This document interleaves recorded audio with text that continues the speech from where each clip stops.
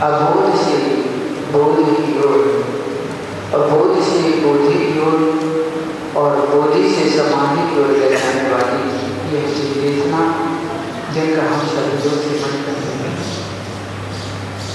आचार्य भगवान कहते हैं कि जब मुनियों का समागम होता है, ये बड़े सौभाग्य का अवसर होता है उन देशानियों का कि ये समागम को देखने का अवसर है। जब बारिश होती है, न जाने कितने नाले नालियां आकर के मिलकर के एक विशाल समुद्र का रूप धारण कर लेती है। ये समुद्र का रूप तो हर कोई देख लेता है, लेकिन कैसे मिलती है ये किसी को देख वही पाता है जो बारिश के मौसम में बाहर आके निकलता है। अगर इस महासागर को देखा कि महासागर कैसे बना है, तो बारिश की उस गिरती हुई बूंद से डर के हट करके आपको बाहर आना होगा। और जो आएंगे उन्होंने सागर के महासागर का रूप सीख लिया। हर किसी के कारण कहीं न कहीं कोई कारण अवश्य होता है। आज हम विषय से बात करते हैं कि हम सुख चाहते हैं लेकिन सुख नजर आता है। भावना करते हैं, पुरुषार्थ कर रहे हैं कि हमें सुख मिल जाए, लेकिन पुरुषार्थ जो किया जा रहा है वह सुख दुख हो रहा है कि दुख हो रहा है। सभी की भावना है कि महाराज हम अपना जीवन सुख शांति से गुजारना चाहते हैं, उस समाधि को लक्ष्य लेकर के अपना जीवन जी रहे हैं, लेकिन समाधि होगी क्या उस रूप कार्य पुरुषार्थ चल रहा है?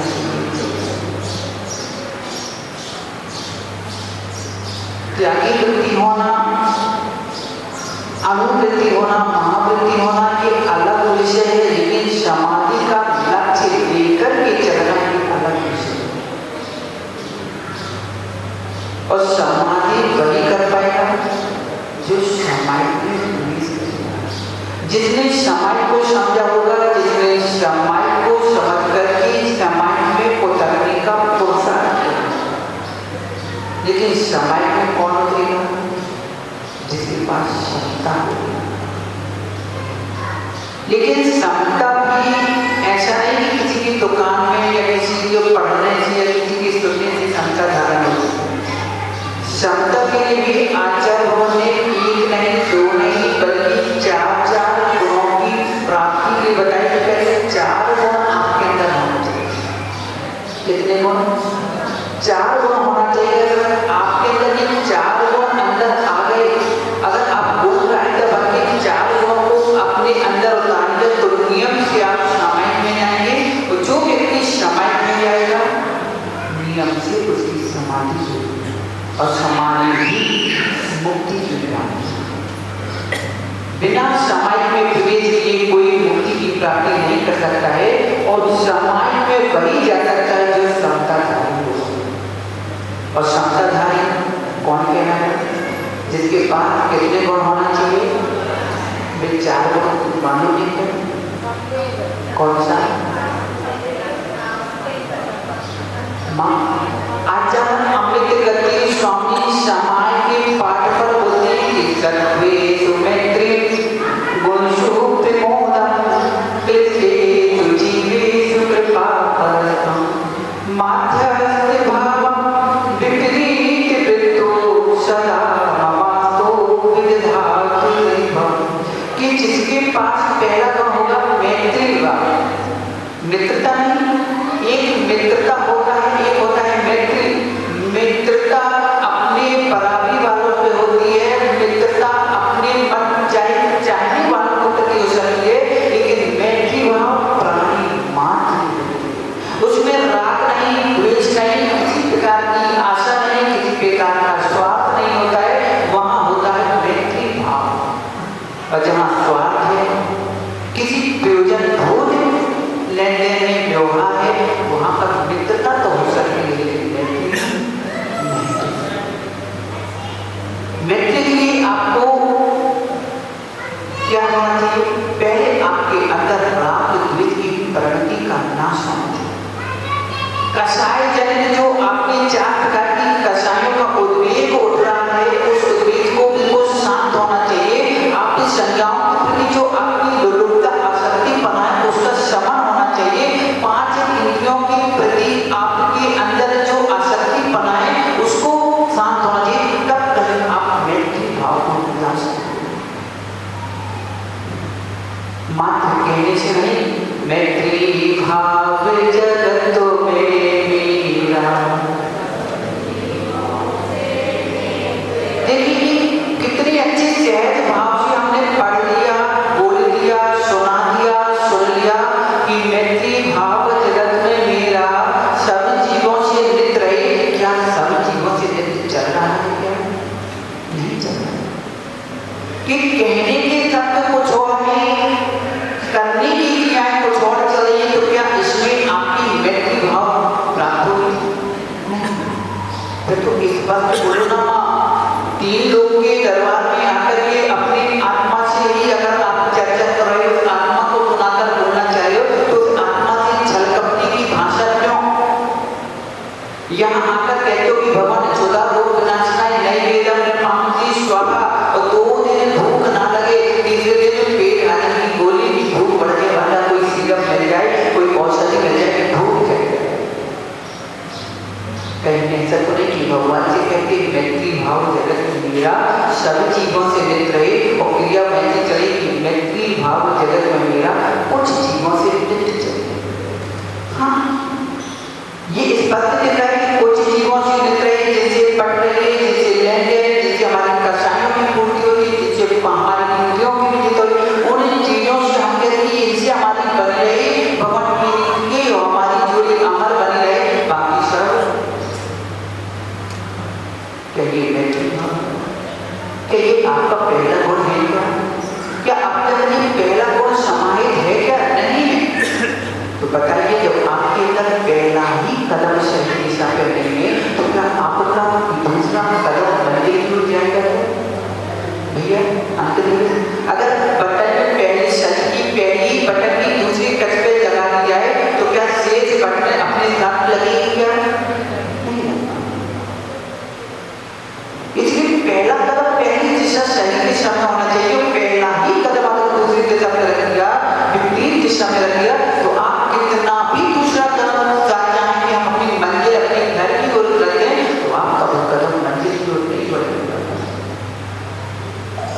दूसरा गुण कौन सा है? गुणी जनों को देखे हृदय में। देखना दादाजी कितनी अच्छी सहज भाव की गुणी जनों को देखे हृदय में मेरा प्रेम उमड़ आवे और नगर में कोई साधु संत आ जाए। कितने महाराज 8 मन चौंका लगाएगा, भाई हमारे बस में नहीं, फलाने से बोल दो, ठिकाने को समाचार है तो मंदिर की कमेटी थी बोल दो वहां रुकवाएंगे, उनसे बोल दो धर्मशाला में बोल देंगे। और यहाँ क्या कहते हैं? गुणी जनों को देखे हृदय में मेरे प्रेम उमड़ आए। ये उमड़ रहे हैं, उजड़ रहे हैं। साधु संत आ गए, कौन लेने जाएगा, कितनी दूर जाएगा, महाराज जी कौन आगे चौका लगाने जाएगा। हमारे बस में इतनी गर्मी है, हमारे बच्चों के पेपर है, हमारे घर में बिजनेस है, ऐसा काम है। और यहाँ क्या कहते हैं? गुणी जनों को देख रहे हैं, उमड़ रही है, उजड़ रही है। अब सोचिए कि गुणी जनों के प्रति प्रेम उमड़ रही है कि उजड़ रही है। भाषा क्या बोली जा रही है, भाव क्या होने, क्रिया क्या चलेगी, क्या इसमें आपकी सामाजिक प्रवेश होगी, क्या ये आपको समता के बाद प्रदान करेगी, क्या नहीं? अगर छोटा सा बच्चा भी अगर मंदिर आ रहा है, उदाहरण पढ़ रहा है माँ, तो अगर उसने धोखे से आकर के आपको हटा करके आगे भगवान को देकर चल पीछे अभी आए आगे कहाँ चल पीछे खड़े रहो और क्या कहते हो? गुणी जनों को देख रहे हैं। अगर किसी ने शांति धारा में लेट आ गया, कोई आकर के जल्दी से एक कदम के डालने लगे, चल तू आप कैसे है, तुझे पता नहीं कि समय हो गया, चलो शांति धारा चलिए, जल धारा में चले। और यहाँ क्या हो रहे हैं? गुणी जनों को देख रहे हैं। ये प्रेम उमड़ रही है, उजड़ रही है। आपके अंदर उसके प्रति ममता आ रहा है, अपना मन आ रहा है, क्या आ रहा है? क्या ये आपको समता प्रदान करेंगे?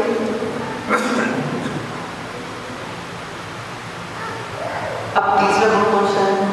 क्योंकि अगर ये विषय पे चर्चा की जाए ना दादाजी तो पूरा चातुर्मास निकल जाएगा, मैं भी भाव नहीं समझ।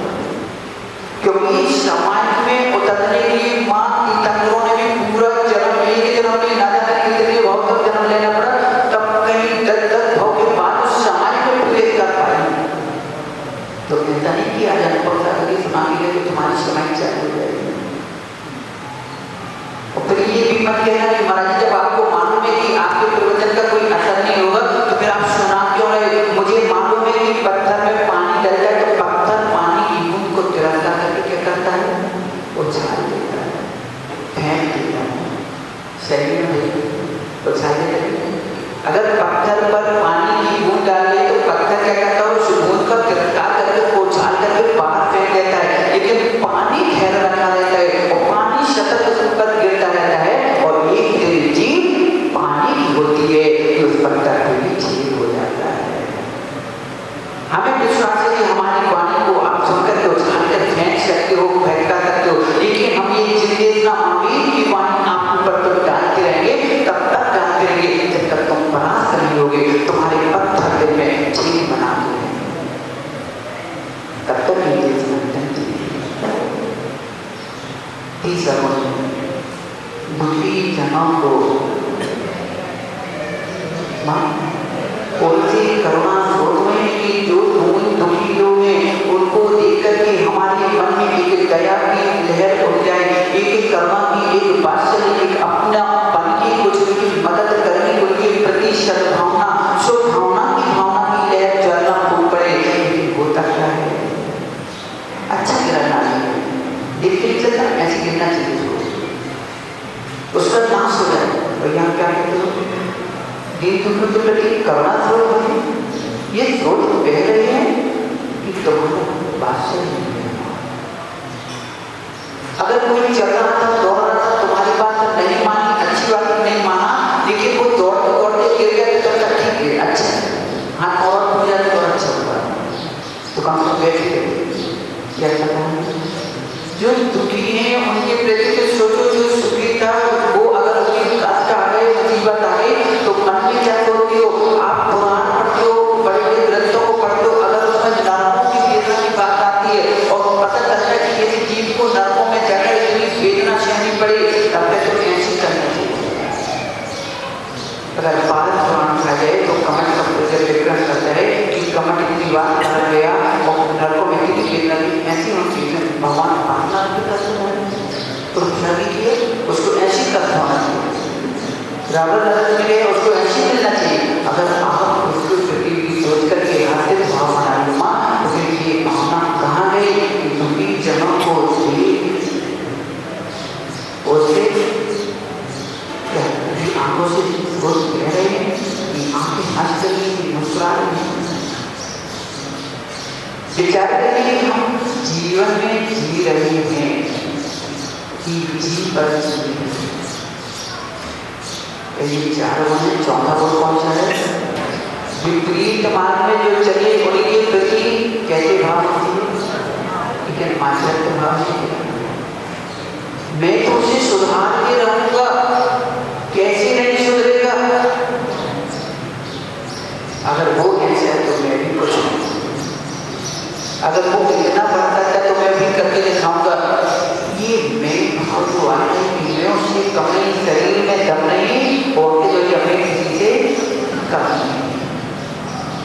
मैं सुधार करूंगा। ये बात माँ जब घर की एक बच्चों में देखी, परिवार में, समाज में ये व्यवहार या व्यापारिक क्षेत्र में देखी विवाद क्यों खड़े हैं? इसलिए खड़े माँ एक तो हमको जानते नहीं और किसी की मानते हैं। पर जो है हम हैं, हमारे जैसा कोई नहीं है। मैं ही हूँ, जो हूँ तो मैं हूँ। इसके अलावा मैं किसी को देखना नहीं पसंद करता हूँ। मेरे परिवार का मुखिया होने के नाते जो मैं कहूँगा वैसा होना चाहिए। लेकिन भूल जाते हैं कि सोच सबकी अपनी अपनी होती है, क्योंकि सबके अपने अपने संयोजन अपना अलग होता है। स्वावर्ण संयोजन योगता है मतलब कि यहाँ पर आचार्य परीक्षा में कहते हैं कि अपने अपने संयोजन से व्यक्ति अपना कार्य करता है। एक छोटा सा बल्ब वही जगह आयोजन, छोटी से बल्ब जगह वो भी बिजली खा रहा है, वो भी बिजली खा रहा है, बराबर तो दोनों को तार हमने लगा दी, लेकिन तो इतना क्यों चल रहा है? भाई उसके पीछे जो बदली सकती है उतना ही लगा देगा। और ये हाइड्रोजन है उसको भी वही तार में लगाएगा, लेकिन वो हाई पावर में लगा दे, लेकिन अपना लेकिन हम कहते हैं नहीं, जैसा मैं सोच रहा हूँ वैसे दुनिया से क्यों कह गया? छोटा है तो छोटे अपने हिसाब से जिएगा, मतलब अपने से जिएगा, बड़ा अपने सब। लेकिन हम कहता कि हम अपनी बुद्धि के अंदर चला।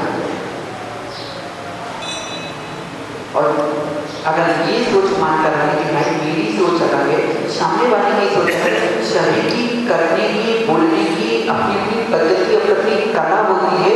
मेरे जैसा कोई बन नहीं सकता और मैं किसी की जैसे बन नहीं सकता। और अगर मेरे अनुसार से बनने लग जाए तो ठीक है, मैं अनुभव कर यही चाहता हूँ कि सब महाराजा नहीं तो बन जाएंगे। नहीं, हमारी सोच है तो क्या मैं अपनी सोच के अंदर सबको अपनी जैसे ढाल सकता हूँ? नहीं ढाल। वो अगर मैं ढालने का पुरस्कार करूँ, मैं बदलते रहूँगा तो क्या मैं सुखी हो सकता हूँ? नहीं हो सकता। क्योंकि ये संसार, अच्छा भगवान एक एग्जाम्पल में देते हैं कि ये संसार ऐसा है मेढक की टोकरी जैसी है कि एक ही टोकरी में एक मेढक को पकड़ के रखा जाए ना, एक को रखोगे तो दूसरे और निकाल देगा, दूसरे को रखोगे तीसरा चक्कर ले लेगा, लेकिन किसी को किसी टोकरी के अंदर मेढकों की झोल को नहीं रख सकते। तो जब एक टोकरी में चार मेढक एक साथ नहीं बैठा सकते हो तो फिर अपनी सोच कैसे दूसरे को कैसे बना सकते हो? और जब नहीं बना सकते हो तो सुख का जीवन ये मध्यम जिसकी सोच जैसी उसको करने दो। तुम अपने परिणाम को संभालिए, अपनी प्रवृत्ति को संभालिए, अपनी मति को बदलिए।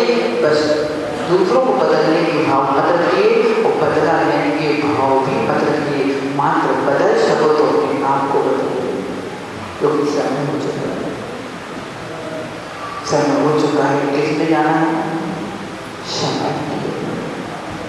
समय का समय हो चुका है। यदि समय के जाने के पहले ये चार गुणों का अवलोकन कर लेना कि क्या मेरे अंतर में ये चार गुण हैं कि नहीं, क्या मैं इन चार गुणों को प्राप्ति के लिए गुणग्राही बन के जी रहा हूँ कि नहीं। अगर ये चार गुण मेरे जीवन में है माँ तो सवेरे से शाम तक मान लेके बैठे रहना, अभी आपकी समय प्राप्त